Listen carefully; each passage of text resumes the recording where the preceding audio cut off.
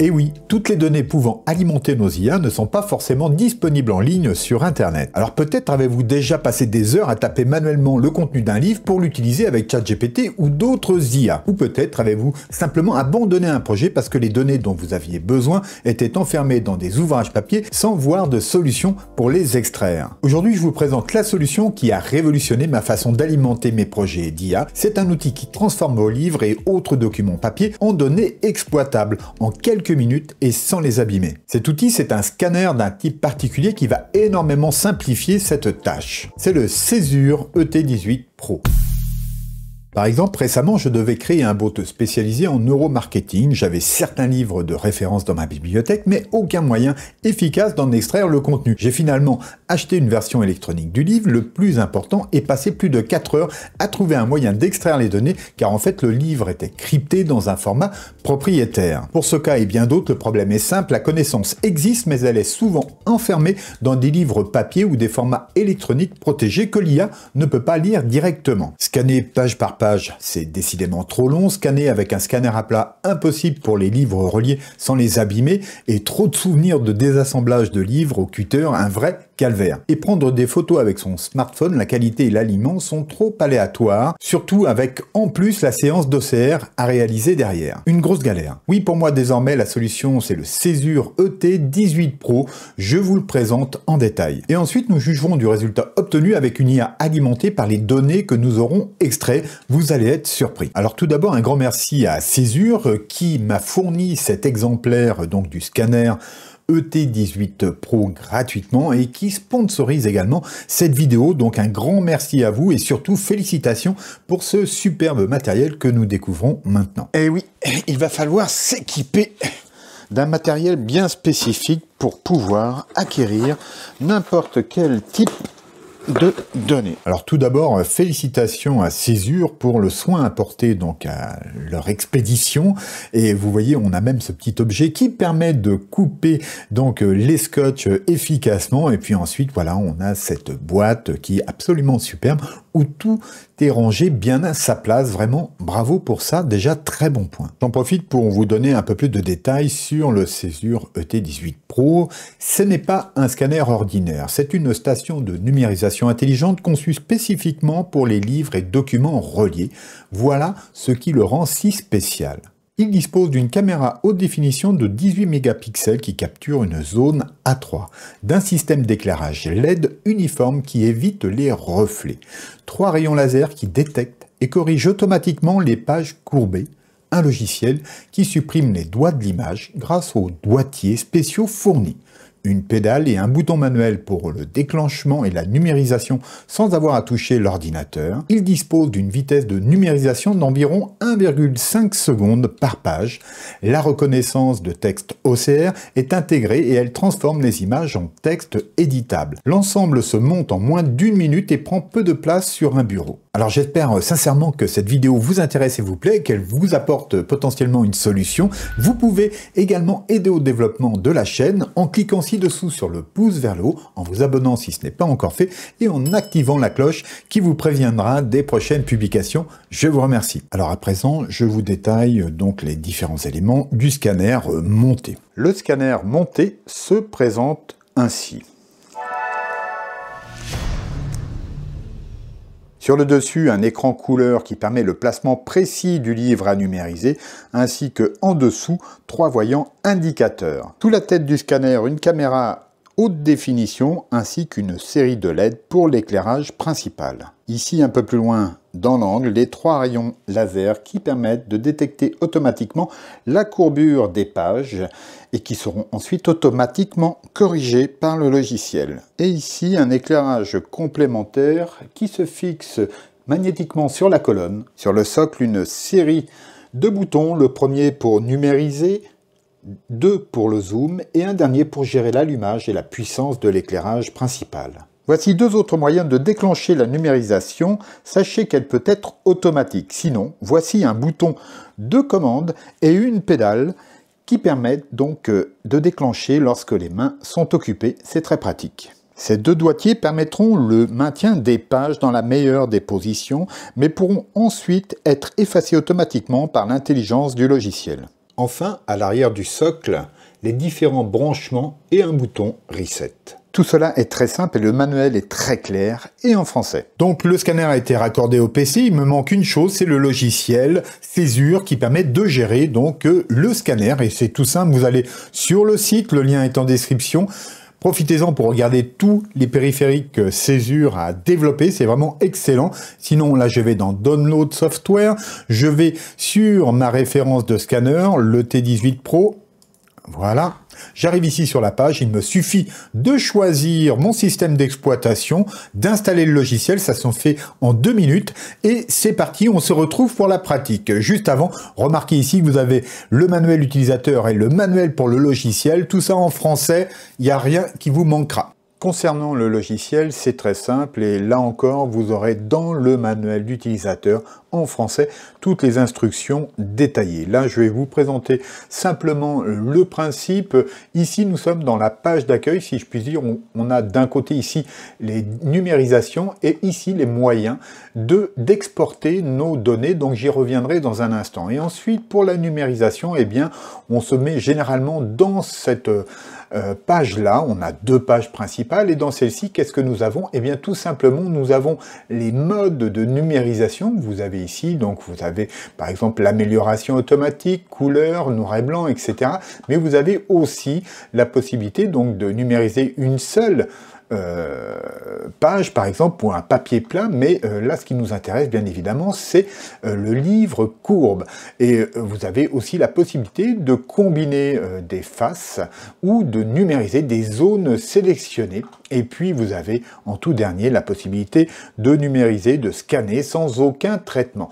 Ici, vous avez le balayage automatique, ce qui veut dire que là, c'est l'intelligence artificielle du logiciel qui va déterminer lorsque vous tournez les pages et tout va se faire en automatique. Donc j'ai testé, ça fonctionne bien, mais j'ai un petit faible quand même pour la pédale au pied qui me permet de contrôler, de vérifier d'abord si tout est OK. Ça m'évite d'avoir à revenir évidemment ultérieurement sur certaines numérisations. Donc voilà pour ce logiciel. Écoutez, on va passer à la pratique maintenant. Je vais numériser un certain nombre de pages de ce document que vous voyez actuellement à l'écran. Et puis, ces données, ensuite, on va les exporter. Donc, je vous ferai voir comment les exporter. Et puis, surtout, on les donnera à digérer à une IA. Allez, sans plus attendre, passons à présent à la pratique. J'ai ici un magazine qui regroupe un vaste champ de données sur la France et je vais extraire de ces données pour alimenter un assistant IA qui pourrait ensuite éclairer certaines questions sur l'économie ou sur la géopolitique. Donc c'est parti, je vais numériser un certain nombre de pages donc, de ce livre. Et comme vous pouvez le voir ici, je suis donc en mode livre courbe en couleur. Et donc, comme vous pouvez le voir, là j'ai mes doigtiers ici. Donc je vais bloquer ici cette page. Ici, je vais aplatir un petit peu. Et vous voyez, je ressors comme cela en limite de ma page. Et tout simplement, je vais appuyer sur ma pédale et là, comme vous pouvez le voir, la numérisation se fait, le traitement a été fait et j'obtiens 2 premières pages qui se sont donc affichées ici sur le côté et ainsi de suite. Donc voilà, je passe à la suivante, je referme, je prends mon doigtier, je tire un petit peu comme ça et j'appuie sur mon pied et comme vous pouvez le voir, c'est parti. Là, je vais produire donc la digitalisation de ce document assez rapidement. Et comme vous pouvez le voir, je suis assez productif. On se retrouve donc dès que c'est terminé. Alors, dernier point quand même, vous voyez qu'on n'a pas... On n'est pas obligé d'être super précis puisque tout va être redressé par l'IA du logiciel. En tout cas, vous voyez là, c'est parti. Et je fais un certain nombre de pages à la minute. Alors notez que les doigtiers jaunes disparaissent donc de la numérisation. On le verra à nouveau dans quelques instants lorsqu'on verra de plus près ces dernières.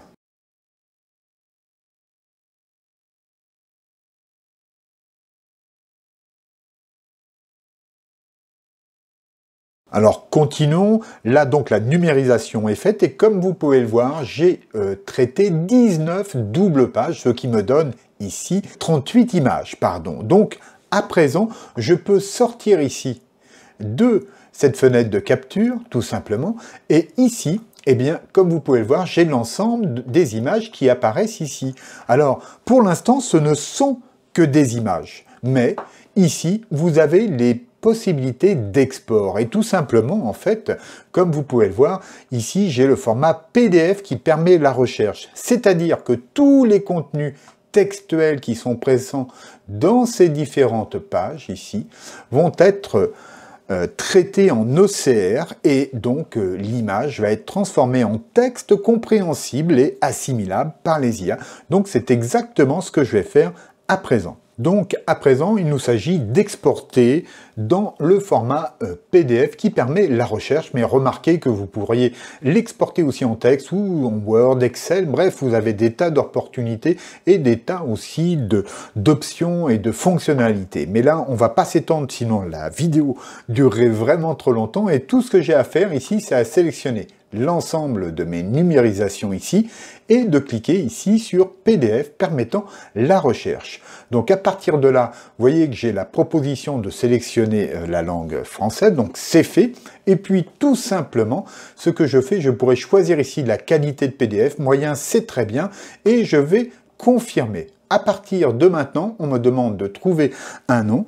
Donc là, je vais mettre test OCR 04, voilà, et puis on fait enregistrer. À partir de ce moment précis, eh bien, l'ensemble des images vont être traitées, d'abord chargées, et ensuite, comme vous pouvez le voir à l'écran, c'est l'OCR qui est effectué. Alors, pour vous dire, c'est la technologie ABBY, A-B-B-Y, qui est en œuvre ici, donc elle est vraiment excellente, et je peux vous assurer que les résultats sont tout à fait à la hauteur. Alors, ça va mettre un certain temps, puisque là, on a quand même 38 images à traiter, plus il y a un certain nombre d'opérations qui vont être effectuées, et je profite de ce temps qui est là pour vous dire que l'éclairage de votre pièce, c'est très important. Moi, par exemple, ici, pour les besoins de la vidéo, j'ai plusieurs éclairages qui sont là et qui perturbent un peu le scanner. Donc, lorsque je les coupe, j'obtiens des résultats qui sont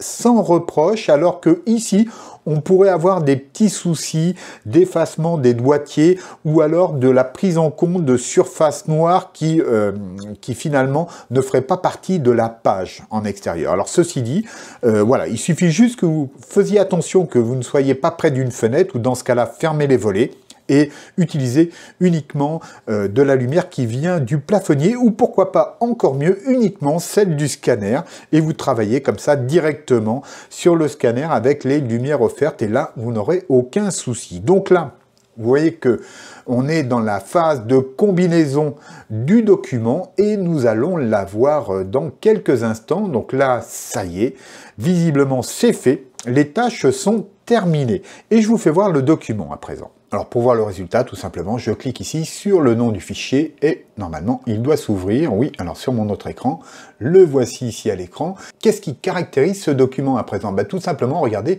eh bien, tout le texte est sélectionnable. Hein. Même si on voit le fond de la numérisation, comprenez bien qu'ici, le texte, on peut le copier-coller, mais tout simplement, c'est un PDF, voilà, avec donc où l'ensemble des données sont complètement interprétable par l'IA. Comme vous pouvez le voir, voilà, tous les textes ici sont sélectionnables, ainsi que les tableaux. Bien sûr, les images comme celle-ci restent des images, mais certains modèles vont être capables de les traiter malgré tout. Donc vous voyez, c'est très sympa, que ce soit ces blocs-là ou ceux-là, tout est sélectionnable et traitable par l'IA. Donc je vous propose qu'on donne ça tout de suite à un modèle IA pour voir ce qu'il est capable de nous en sortir.